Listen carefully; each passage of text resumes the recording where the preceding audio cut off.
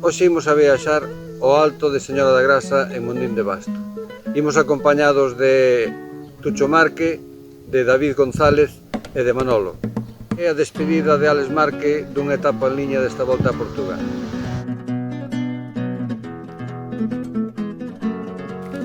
Saímos da estrada ás 8 da mañán para pasar pola Anllada para coller a Manolo.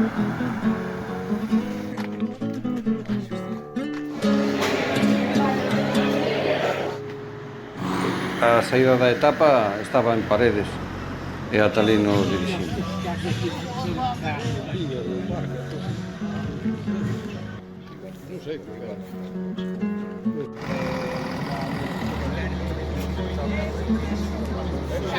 Saudamos a Marque e a Delio e xuntámonos ali unha boa cantidade de familiares e amigos dos dous galegos do Tavira.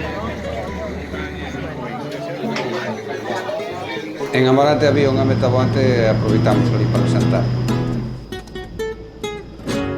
A subida a Señora da Grasa na volta a Portugal data dende o ano 1948. Nos últimos 5 km ten un desnivel máximo do 10,5% e os primeiros 5 km son un pouco máis levadeiros, ten algún descansiño e pódese recuperar forzas para atacar eses 5 últimos kilómetros.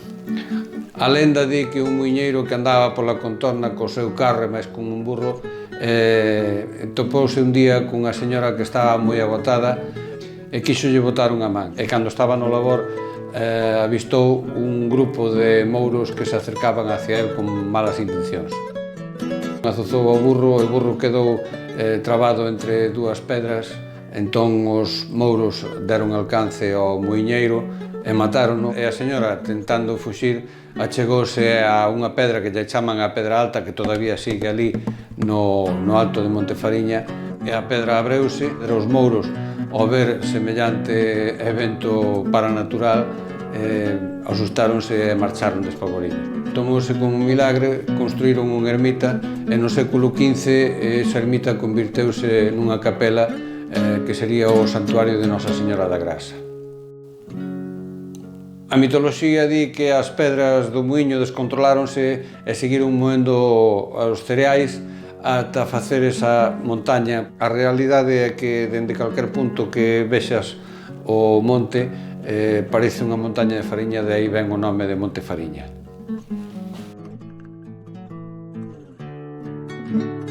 En Mondín de Basto estábanos esperando David, deixamos a furgoneta aparcada un par de kilómetros máis arriba e collemos as bicis coa intención de facer os mesmos últimos kilómetros que iban facer os ciclistas na etapa. Habíannos advertido de que iban a pechar ás 3 da tarde o paso a todo tipo de vehículos, incluídos as bicicletas, e nós chegamos ás 3 menos 10, pero parece ser que a carreira viña con adianto, por tanto adiantaron tamén a hora de peche. Tucho, Manolo e David quedaron na zona reservada para os invitados e eu aventureime a subir un pouco máis arriba ata que me pararan no seguinte posto de control. Así puden ver as ringleiras de cervexa que todos os anos tradicionalmente deixan os aficionados na carretera, e incluso me dou tempo de ver a este home que estaba facendo un debuxo dunha botella cos propios cascos vacíos. Logo baixaría ata onde estábamos meus compañeros de viaxe. Nesa mesma zona podemos saudar a Venceslao Fernández, ganador da Volta a Portugal no ano 1984. Logo fixemos algunhas tomas curiosas, como esta do GNR co papagallo no ombreiro, que quixo inmortalizalo con unha fotografía. E ali na zona VIP podemos ver na pantalla que habilitou a organización toda a subida, que é como mellor se ve o ciclismo.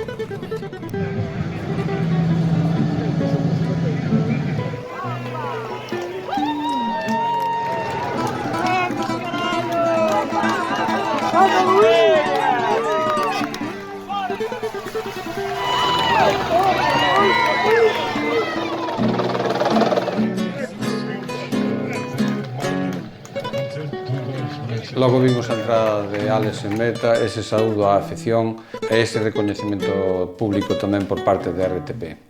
Marque a escolher a imagem que deixa das montanhas de Portugal na volta a Portugal em bicicleta. um adeus e se calhar é um até já. 45 segundos de marca.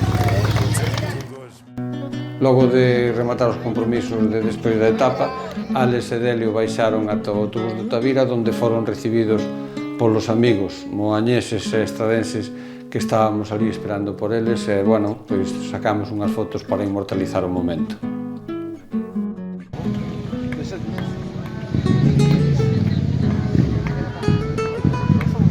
Esperamos que disfrutedes desta viaxe como sempre.